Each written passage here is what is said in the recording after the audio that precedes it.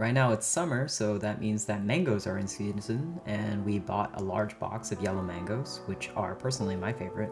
I think a lot of people don't know that there's different kinds of mangoes, and there's a lot of different kinds. Like, there's a table of mangoes on Wikipedia if you would like to have a look, but today I have the yellow ones. I actually have no idea what they're called scientifically, but I know that the yellow ones are very sweet, and they are personally my favorite, so that's what we're going to use today.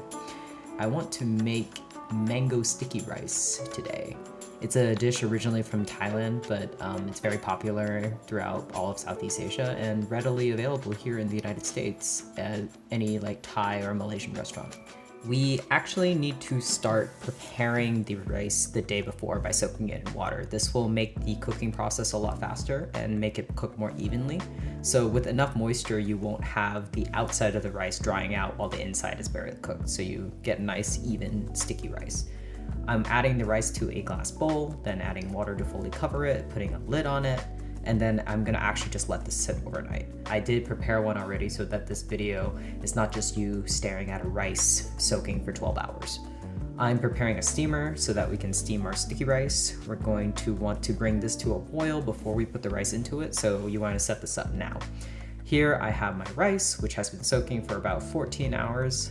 I'm going to drain the water out, then transfer the rice to a dish with a bit more surface area, then give it a little pat and flatten it out a bit. Once my water is in the steamer and boiling, I can add the rice dish to the steamer. I'm going to let the thing steam for about 20 minutes while I prepare the coconut milk soak. So I have 1/4 cup of coconut milk, 1 teaspoon of sugar, and a pinch of salt. Give that a good mix and make sure that the sugar is completely dissolved into the coconut milk.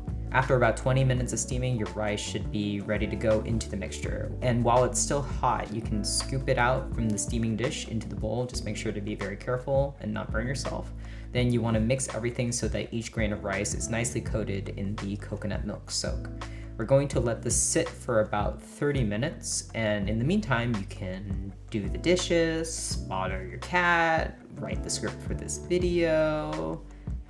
After it's been sitting for about 30 minutes, I'm gonna go and check on it, and it looks like the rice has soaked up all of the coconut milk pretty nicely. I'm gonna just set this aside for now, and we're gonna work on the coconut sauce. I have a saucepan here, which I'm gonna add 1/2 cup of coconut milk, 2 tablespoons of sugar, a pinch of salt, maybe 2. Then I'm gonna mix this until all the sugar is dissolved, and I want to bring this to the stove and put it on medium to low. While it's heating up, I'm actually gonna mix up a starch slurry. Generally, you would use rice flour, but unfortunately, I do not have any on hand, so I'm using cornstarch. This will be the thickener for your sauce so that it's not extremely runny. Here I add 1 tablespoon of cornstarch, so just a heads up, it actually proved to be a tiny bit too much, so I would recommend using about 1/2 tablespoon, maybe 3/4 a tablespoon. But I'll show you in the end what happened. But for now, I'm just gonna add a bit of water, the cornstarch, mix it up, all the lumps, get it to dissolve, and it becomes a slurry. Once the sauce is heating up, we can add the slurry to the pan and give it a mix and make sure it's well incorporated. I would keep the heat on medium-low to give yourself ample time to prepare the mangoes. So I have a nice ripe yellow mango. The skin is soft, kind of like worn out leather, and that's kind of how you know it's ripe. I'm gonna start by chopping off the top and the bottom, just enough, not too much. Then I'm going to carefully start peeling the skin off. I don't wanna lose too much of the mango flesh, so I'm just taking it nice and slow. Plus my knife skills aren't really great, and I would go faster if I could, but I don't wanna slice off my own skin, so that's why. After this tedious process and all the skin is off, I want to slice into the mango at an angle and slice down until I can feel the knife against the seed. I want to really maximize the amount of mango flesh, so that's how we're gonna do it. After that, we're gonna slice through it horizontally and get these nice little mango slices that we'll plate onto the dish. I'm gonna do this to the other side and just keep slicing and slicing, and the middle part, I'm actually just gonna straight up eat because it'd be a shame to waste this and it tastes really good. So let's go and check on our sauce mixture. As I said earlier, I added a little bit too much cornstarch, so it's a lot thicker than I would have liked, but it's nice tasting either way. I bought this nice square plate just for this thing, actually.